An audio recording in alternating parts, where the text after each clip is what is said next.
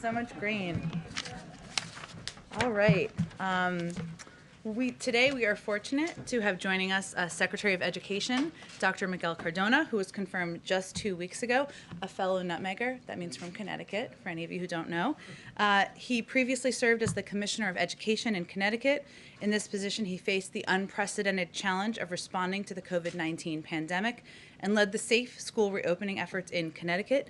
To do so, Secretary Cardona and his department provided school districts with the balance of guidance, local autonomy, and oversight needed to ensure equitable and meaningful educational opportunities for students, while also prioritizing public health mitigation measures. Since it's his first time here, first of many, hopefully. He has 2 decades of experience as a public school educator. He began his career as an elementary school teacher. He then served as a school principal. So with that, I will turn it over to the Secretary. He has a short timeline, so he'll be able to take just a couple questions today. As always, I'll be the bad cop, but we'll turn it over to you. Thank you. Thank you.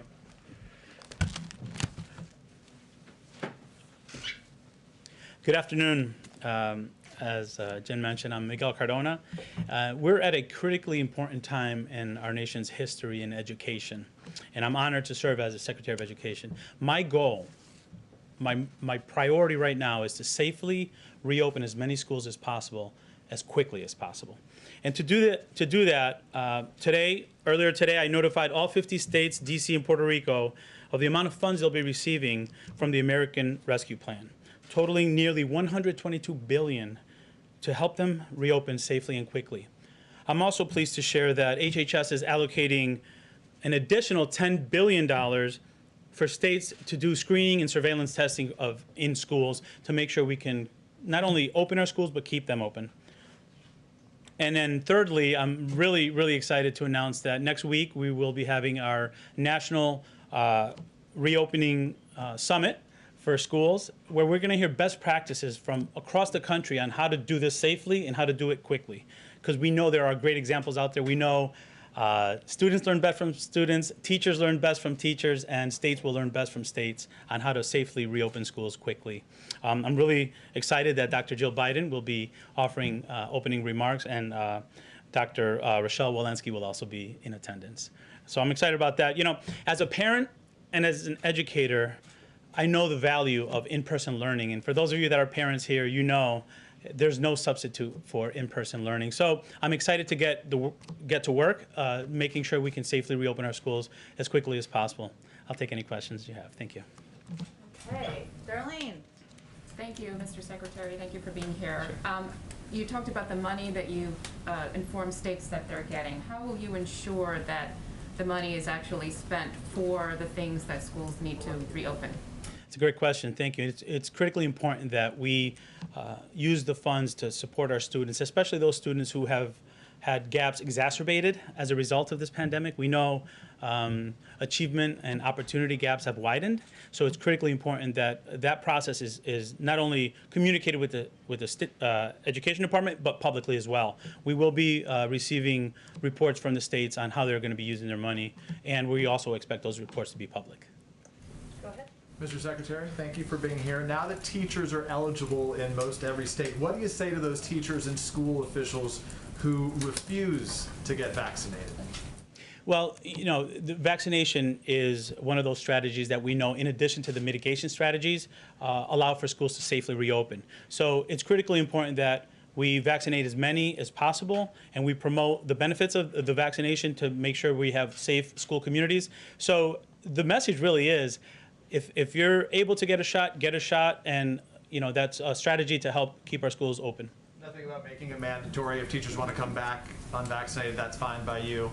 At this point, vaccination is available for educators, and I'm proud that the president prioritized educators to be vaccinated, because we know that when that's not the case, it's more likely that schools will close due to quarantining. Can I ask you about the money quickly? We know that you said $122 billion will be given to the states from the American Rescue Plan right now. The CBO anticipated that the bulk of the spending of funds provided through that plan won't be provided until after 2021. That there was, I think, $67 billion that existed from the past relief plans that have been passed that, according to the CBO, the bulk of which had not been spent.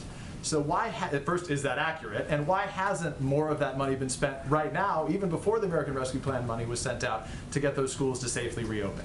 We know that the bulk of the money is also being used on human resources, and that's paid out as people perform the service or are hired and their contracts are paid out. And services also are paid when they're given. And we're in March, we still have some of the school year left. We're looking to release funds this month. And we know that schools are needing that to not only prepare for reopening now, but also to plan ahead. We know that when our students come back, they're going to need more social emotional support. We know that our schools have to be designed to meet the needs of the students after they return after a pandemic. So this is a long-term process also that they can plan for next year and the following year as well with this American Rescue Plan. You also today announced $12 billion to help ramp up testing in schools. How soon before we're actually going to see some of this surveillance? Yes, that's $10 billion from the Health and Human Services Department. So we're looking to get that soon. We know that that's a tool to help keep schools open, not only reopen, but keep them open in the near future. The goal really is this spring, we want our students back in school as quickly, as safely as possible, and that's going to assist in that process. And we're more than halfway, obviously, through March. Do you have any kind of update on the administration's effort to try and get every teacher at least one shot by the end of the month, where that stands? You know, I'm really pleased that at the state level, they recognize, many states recognize the importance of vaccinating educators, not only teachers, but paraeducators, custodians, bus drivers. They're critically important parts of that school community. So we know that that's a priority in our different states, and I think it's, as I said earlier, it's part of the strategy to make sure that our schools are safely reopened, in addition to those mitigation strategies that we know when working we can also use to safely reopen our schools. Kristen, you're going to have to be the last one, but we'll bring him back. Well, thank you, and thank you, Mr. Thank you. Secretary. Yeah. Today, the head of the CDC said that they are looking to update guidance, reducing the social distancing recommendations from 6 feet to 3 feet. This was one of the stickiest sticking points for so many schools as they tried to reopen. Are you at all frustrated by this potential course correction? Not at all. Listen, we're in the middle of a pandemic, and I know the success we've had in Connecticut when I was Commissioner of Education was because we worked very closely with our health department, and we recognize this is a health pandemic, and we're always going to take guidance from our health experts, our sister agencies that are health experts. So I recognize it may change, and if it does, we're going to be able to adapt and work with them.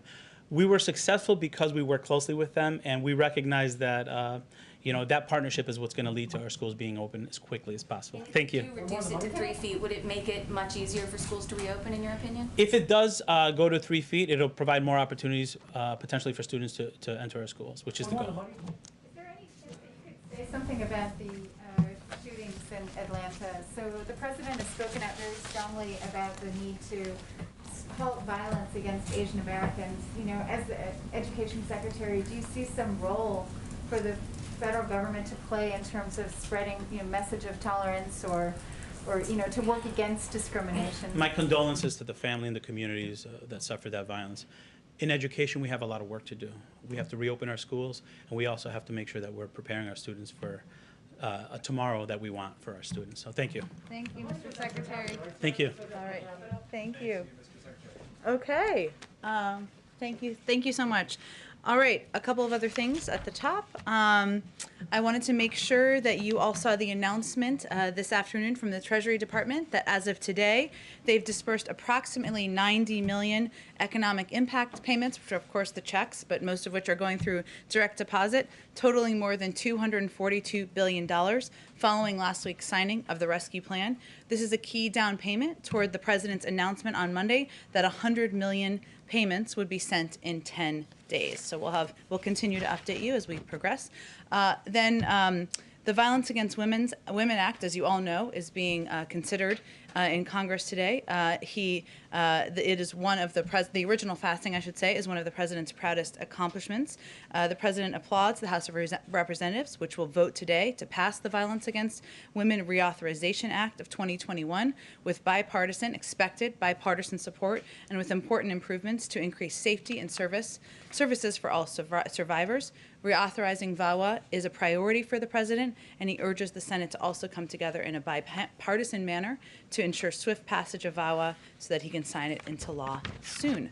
With that, Darlene, go ahead. Thank you, Jen. First question, is there any reaction from the White House to Russia recalling its ambassador to the U.S.? They didn't give a specific reason for that move, but it comes after a number of Russia-related developments.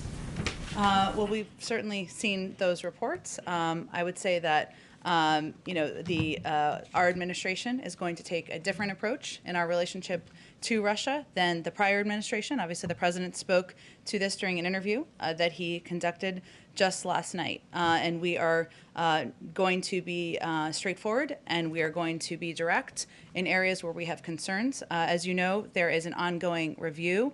The president has, while we have announced key conclusions from an intelligence community assessment on the poisoning of Alexei Navalny, there's an ongoing review of other areas where we have ongoing concerns. At the same time, we have areas where we believe we can work together. Obviously, the signing of New START is an example of that. Addressing nuclear proliferation is an example of that. And we hope that there is opportunity there. But our relationship will look different. We will be direct. We will speak out on areas where we have concerns, and it will certainly be. And as the president said last night, certainly the Russians will be held accountable for the actions that they have taken. We'll have more on that soon. And since you mentioned the interview last night, the president was asked whether the vice president is the last person in the room with him before decisions, and he responded that most of the time, yes. As a practical matter, yeah, she is. And Then he went on to say, for the full context of the interview, that she's traveling around the country, and referenced the fact that she yesterday was in Denver, Colorado, the day before was in Las Vegas, Nevada, that she has been out there working her heart out, communicating with the American people. So obviously when she's on the road, she's not the person always last in the room by practicality, but otherwise she certainly is. Thanks. Go ahead. A question about the situation on the border. It's now been 3 weeks since I think in this room you were first asked about getting us some press access. Why have we still not seen any images inside these facilities? We remain committed to doing that, and I think these facilities are overseen. HHS, of course, oversees the shelters. The DHS oversees the Border Patrol facilities, and we want to work with them to ensure we can do it, respecting the privacy and obviously the health protocols required by COVID. But even given COVID protocols and obviously privacy concerns, even you all haven't released any images that you obviously could redact if you wanted to. Again, we remain committed to sharing with all of you data on the number of kids crossing the border, the steps we're taking, the work we're doing to open up facilities, our own bar we're setting for ourselves, and improving and expediting the timeline and the treatment of these children. And we remain committed to transparency. I don't have an update for you on the timeline for access, but it's certainly something we support. On this, we're hearing from border agents that they're frustrated that they can't show us what's actually happening along the border. They can't do ride-alongs. They can't answer questions about what's happening inside. It certainly seems like there's an element of secrecy here. Why? I certainly wouldn't characterize it that way. I know there's Border Patrol agents quoted in a lot of your stories, and you speak to frequently, and that's something we support. It's obviously there's a long tradition of coordinating with Department of Homeland Security, but if our policy is keeping people quiet, we are not successful, and it is not our policy to prevent people from talking. And just on one other topic, I'm wondering if you can explain a little bit the IRS's decision to delay the tax filing deadline by a month. What's the hope of the impact of this? Sure, I know we've seen some of those reports. I don't believe it's been confirmed or finalized quite yet. So I will let the IRS make their final decisions, and then if that is what moves forward, we're happy to speak to it. Go ahead. Thank you, Jen. I just kind of want to pick up on Sure. Mary's questioning over there. Is the White House or DHS instructing border agents to refuse ride-along requests from reporters? Because that's what a lot of our folks on the ground are hearing.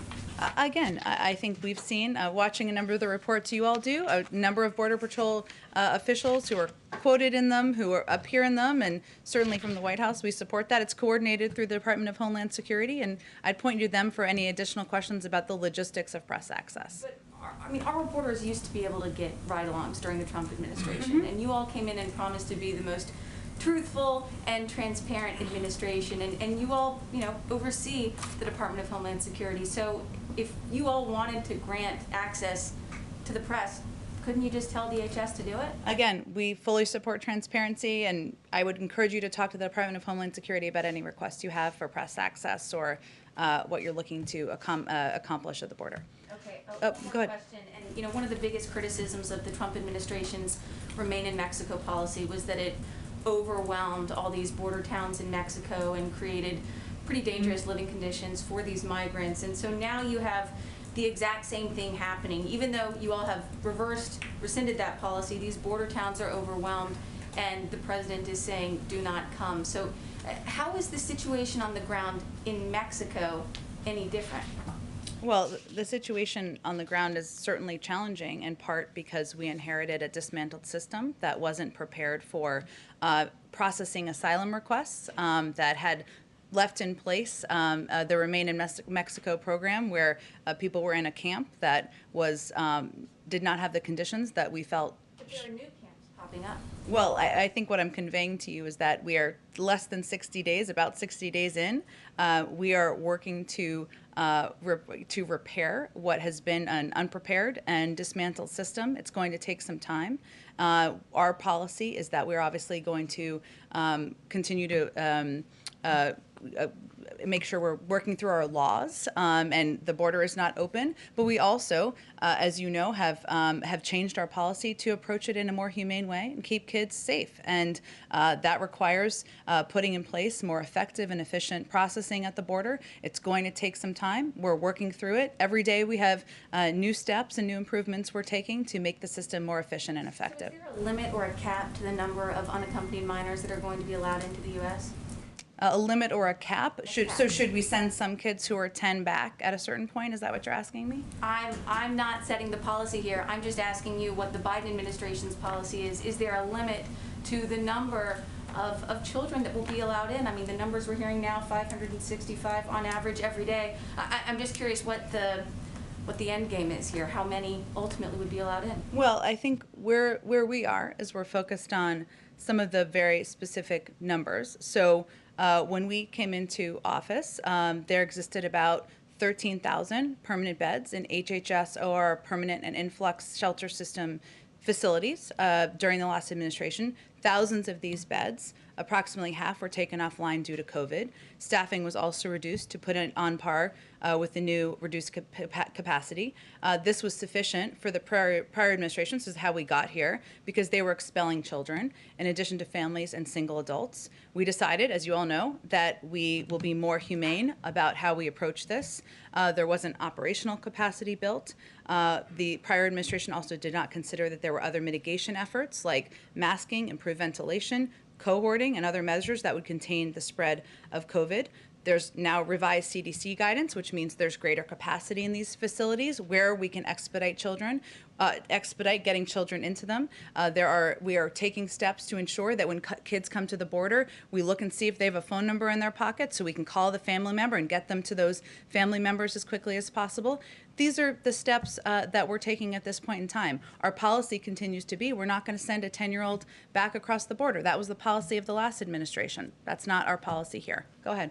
Is if unintentionally, in your commitment to keep these these children under 17 or 17 under safe, if unintentionally, is the U.S. government incentivizing parents to send their children across the border alone because that is their best chance to enter and stay in the United States? Well, that certainly you heard the president say in this interview that he conducted that he is encouraging people not to come. Now is not the time to come. This is not a safe journey for people to take of any age. And he believes, as he talked about last night, that no parent is looking and just trying to make a bet on whether their kid can kind of make it. This is a very difficult and treacherous journey. Most of these kids are fleeing very challenging circumstances. And his view is that there's a number of steps we need to take, and steps that he hopes he can work with Democrats and Republicans on. So that's his goal. How's that message communicated to that we heard him obviously in the interview? How is that message being communicated by the U.S. government to those thousands, perhaps tens of thousands, who are already in the midst of this dangerous journey that they're making to the border right now,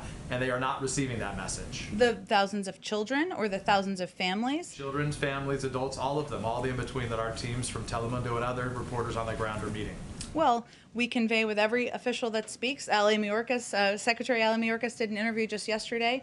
You've heard Roberta Jacobson speak to this, and a range of officials beyond them who are speaking directly with countries, working in partnership with them, speaking directly through channels that are in the region, that now is not the time to come. The border is not open. This is a treacherous journey. The vast majority of people will be certainly sent back on their journey, and that's the message we're sending. I guess it seems maybe it's a mixed message that's received right now, but initially Alejandro Mayorkas said, don't come now, right? And then we heard from the president saying, don't come, that the U.S. is in the process of setting up this system so that in your own home country you can apply for asylum. Yeah. So how do you, it appears to be a mixed message, or it's received as a mixed message, which is don't come now, come later, and others don't come at all.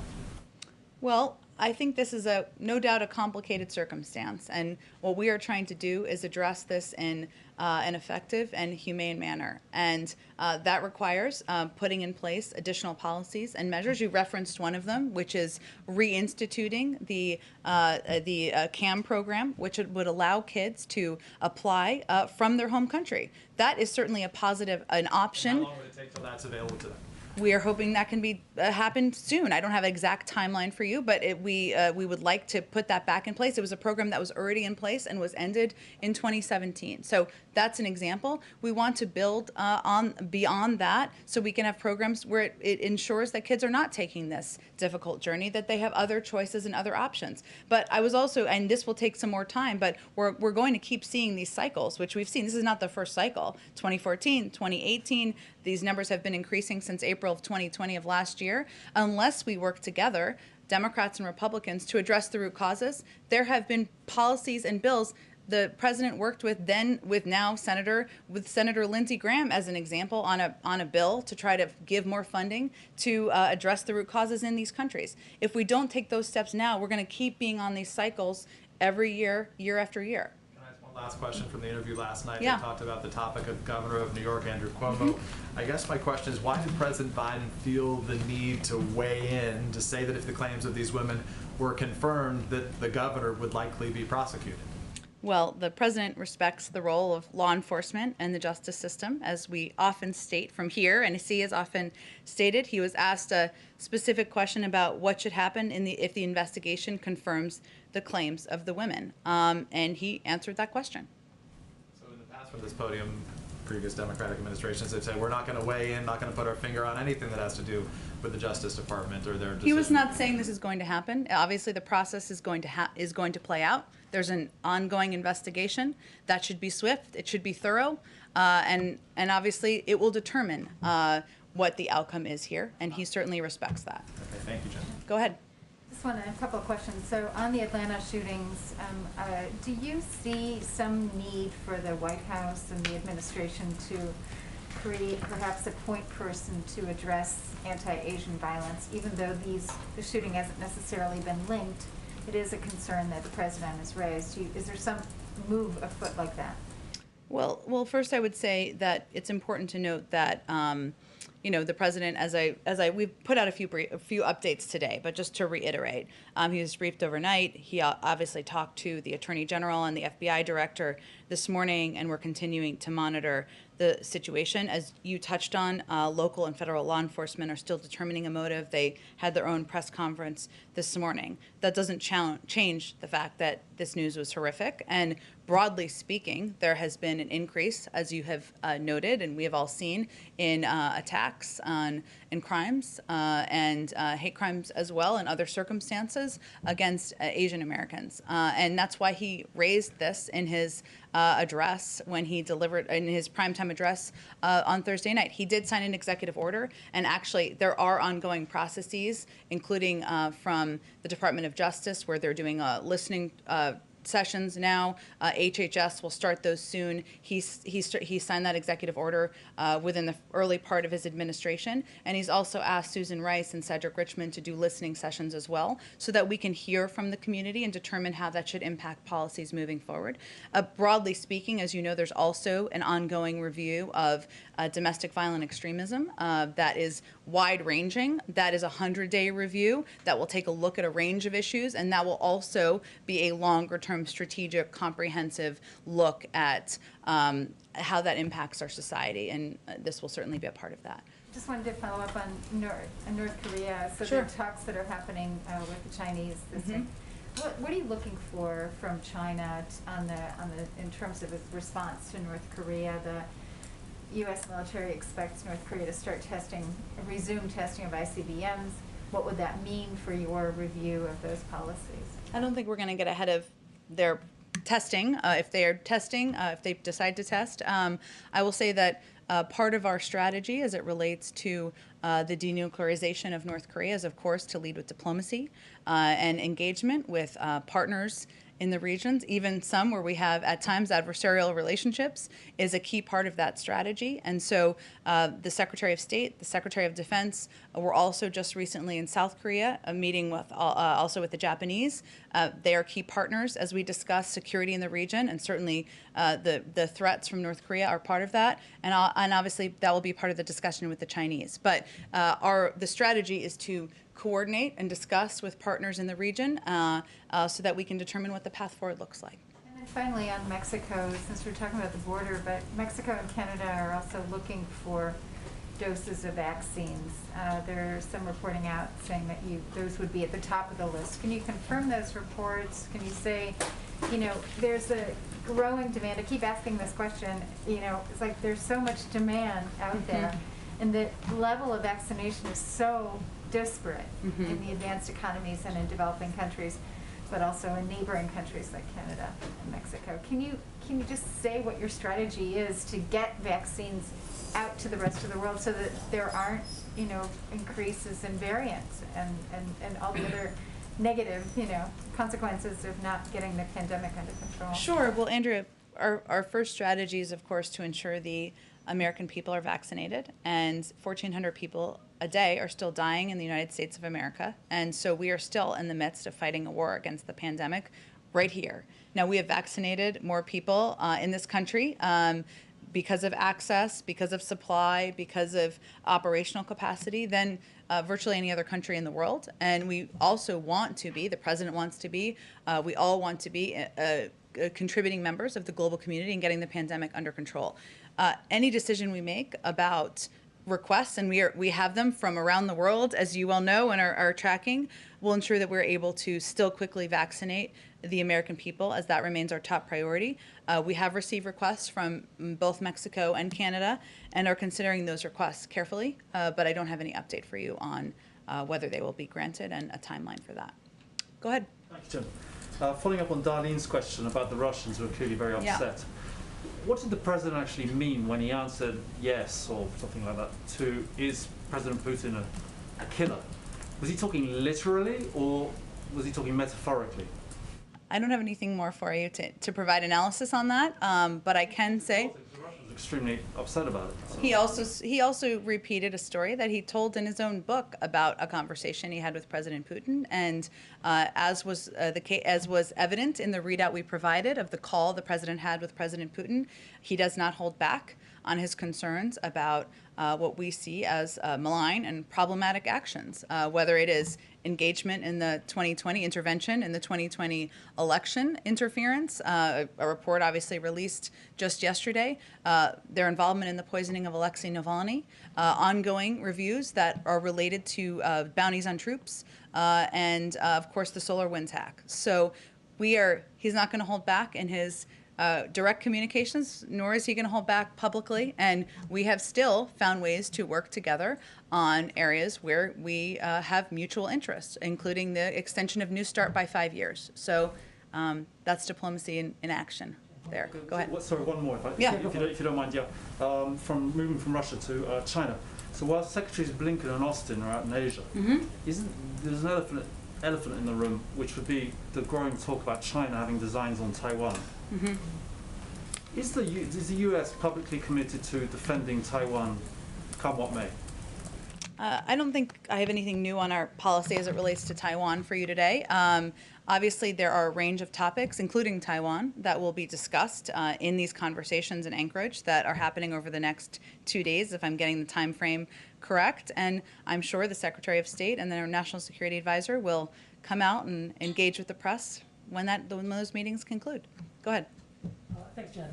Back to that DNI report.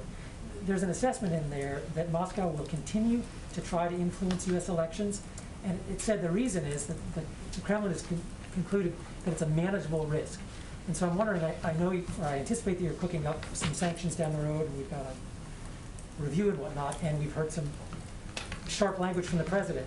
But it seems like Moscow has concluded that they can handle that, and so how will you keep them from interfering in the third consecutive presidential election? Well, first, the president's relationship and this administration's relationship with the Russians will be very different from what we've seen over the last 4 years, and we've already seen evidence of that from his first phone call with President Putin. President Biden has been clear that the United States will also respond to a number of destabilizing Russian actions. And as you know, and as we've already talked about, we have requested new or declassified intelligence community assessments in 4 such areas and plan to respond to each of them in the coming weeks. Those are ongoing. I would say that the Russians have intervened or attempted to intervene in elections for many years. I mean, long before 2016.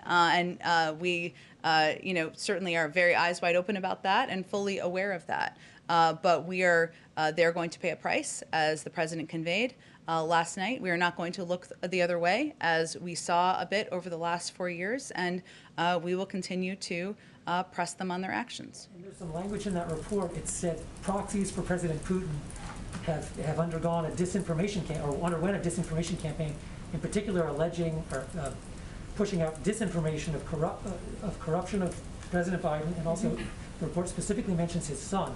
So what is his reaction to Putin and his proxies going after him personally?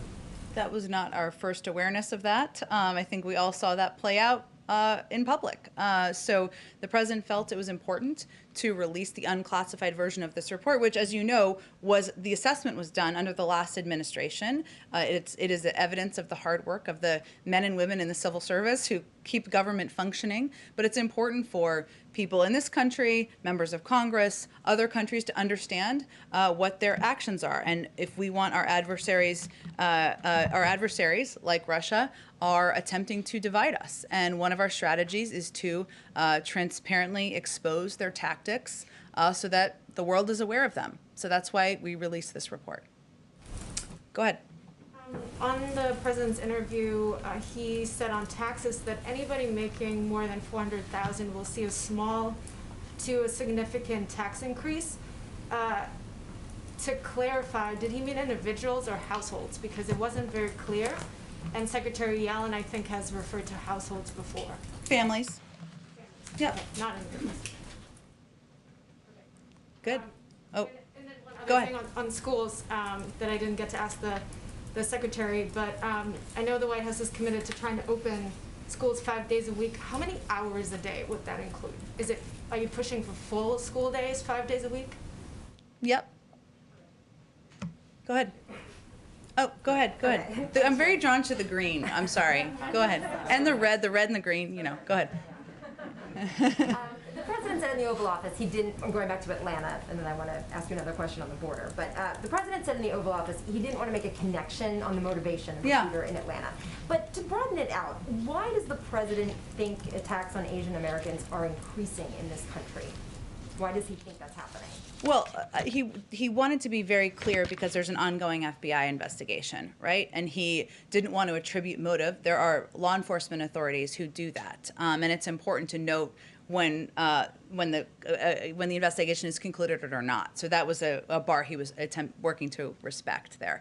I think there's no question that some of the damaging rhetoric that we saw during the prior administration, blaming, calling COVID, the Wuhan virus or other things, led to, perceptions of the Asian American community that are inaccurate, unfair, have raised, threatening, has elevated threats against Asian Americans, and we're seeing that around the country. That's why even before the horrific events of last night, he felt it was important to raise this issue, elevate it during his first primetime address, why he signed the executive order earlier in his presidency, and he will continue to look for ways to elevate and talk about this issue moving forward. The president said yesterday he does not have plans to visit the border. Why not?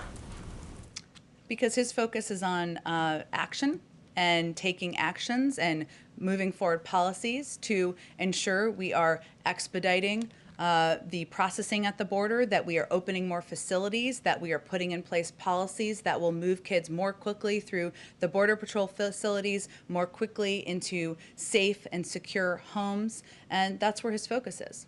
He doesn't want to get a first-hand look down there himself and talk to officials there. How is he getting updates? He talks to plenty of officials, and he also has received a briefing with photos and directly from his team who went and visited the border and went to a range of facilities. How frequently is he getting updates on some of the numbers of people who are being taken in, and how frequently is he talking to officials that are down there who are getting that first-hand look? Well, he's getting updates. I mean, sometimes it's a part of his PDB. He gets updates regularly. I mean, several times a week. It's an issue that is front and center for him. And certainly he's asking questions in a range of meetings with senior officials about progress that's made, about systems that he thinks should be unstuck, about looking for more creative ideas to help ensure these kids are treated, they are put into safe places, and that the work is expedited at the border. Go ahead.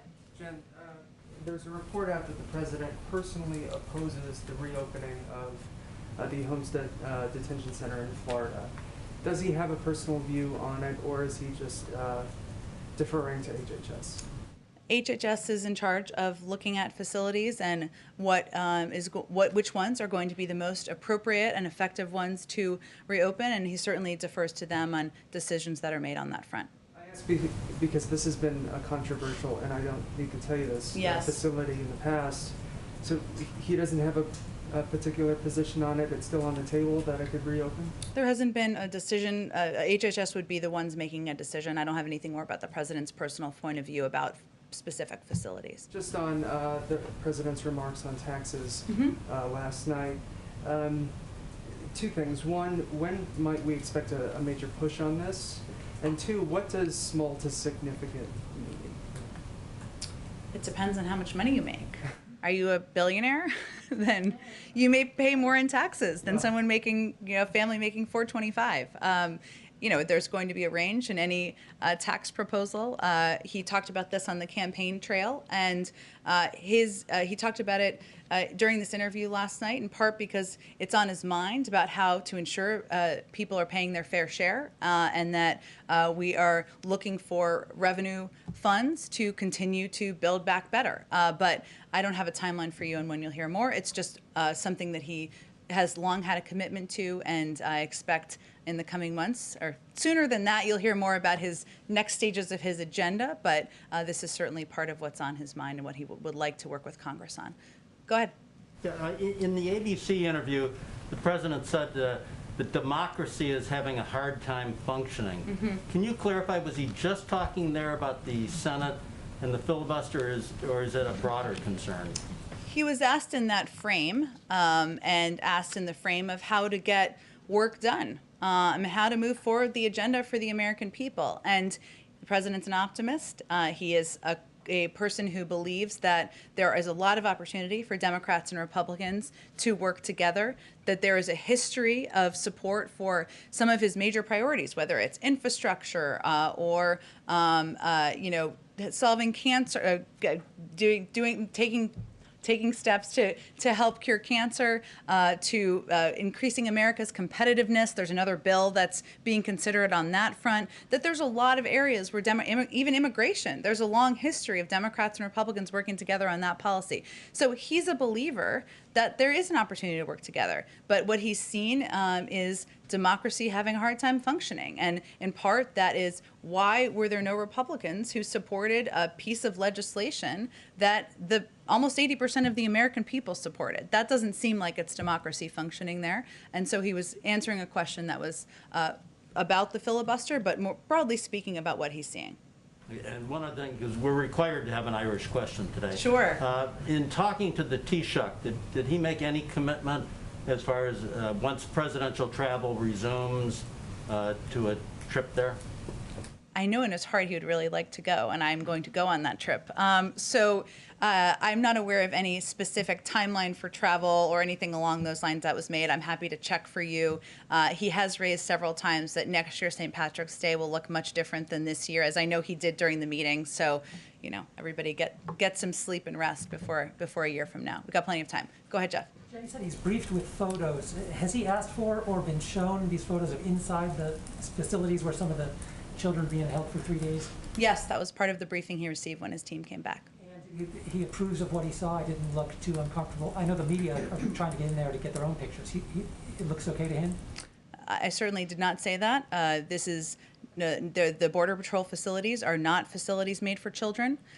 He is committed to expediting the processing at the border. One of the reasons he wanted a briefing from people who have been in there is so he can see himself what it looks like, and he has redoubled. He was already committed before this, his efforts to ensure we limit it to 3 days, and that we move kids as quickly as possible into these shelter facilities where they can have access to health, to medical experts, to educational experts, to legal advice, and even beyond that, one of the practical steps that he's really pushed the team on is how many of these kids, when they come across the border, have a phone number in their pocket, and can we embed HHS and ORR in the system, in the process, so that they can call that number and see if that can be a vetted family member to get these kids connected to quickly. So he wanted all the specific details. He got that briefing, which I talked about a bit in here about a week and a half or 2 weeks ago. I can't remember the timeline. And since then, we've put in place a number of steps to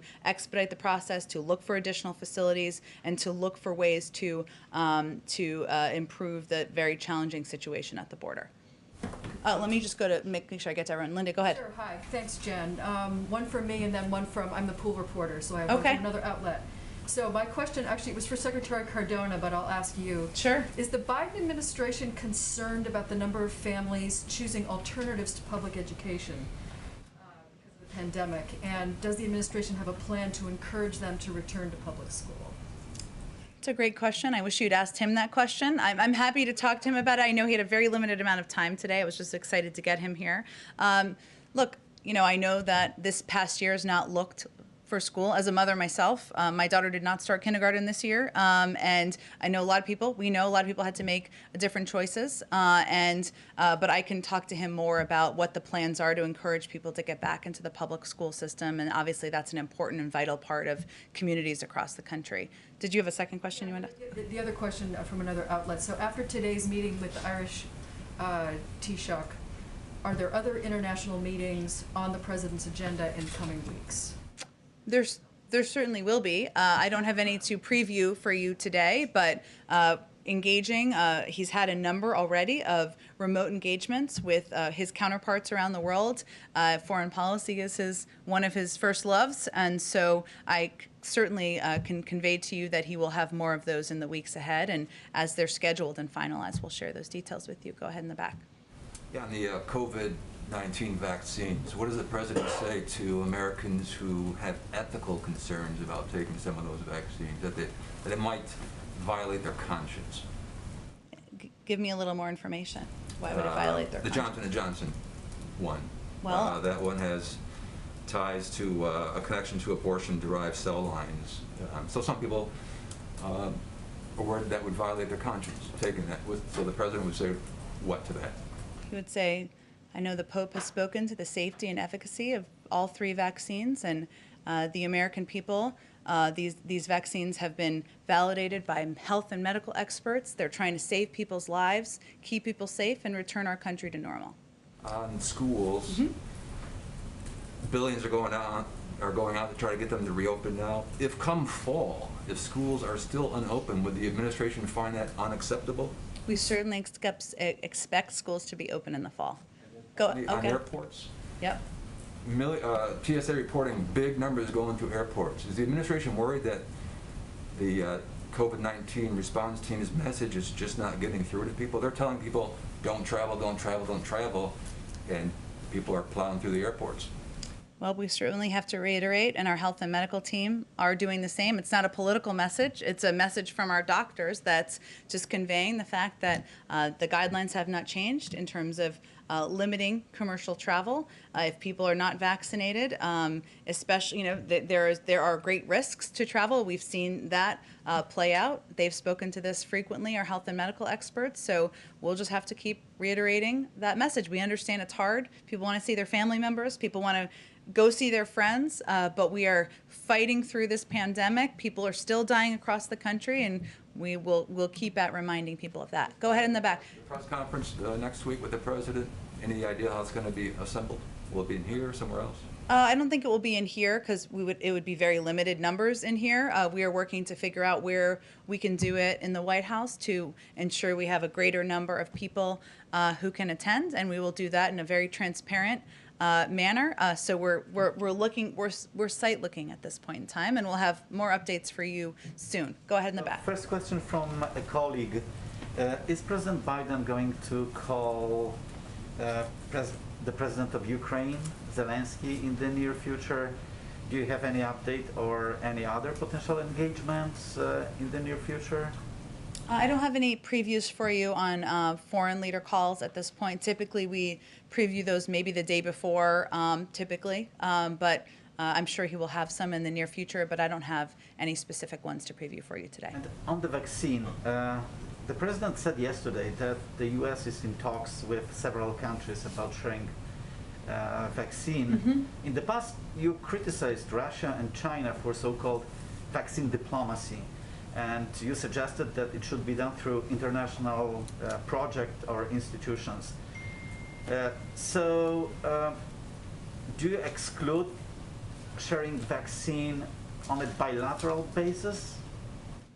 I think our criticism was in response to questions about whether we were concerned about how vaccines were being used in some ways by Russia and China in ways that they've used aid and international assistance where there are no strings attached. And sometimes it allows countries to hold themselves to lower standards on human rights, on freedom of press, freedom of speech. And we've seen that play out, as we know, in recent years. So that certainly would be something that is of concern to us. We have not yet provided vaccine doses to any country. We of course have a range of requests and a number of requests, and we will consider those carefully. But since we have not done that yet, I don't really have anything more to update you on.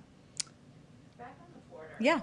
You talked about the team that went to the border. Yes. They briefed the president. They've Mm-hmm. shown him photographs. Yeah. I think there was a request at some point to have members of that team come to the briefing room and do a briefing.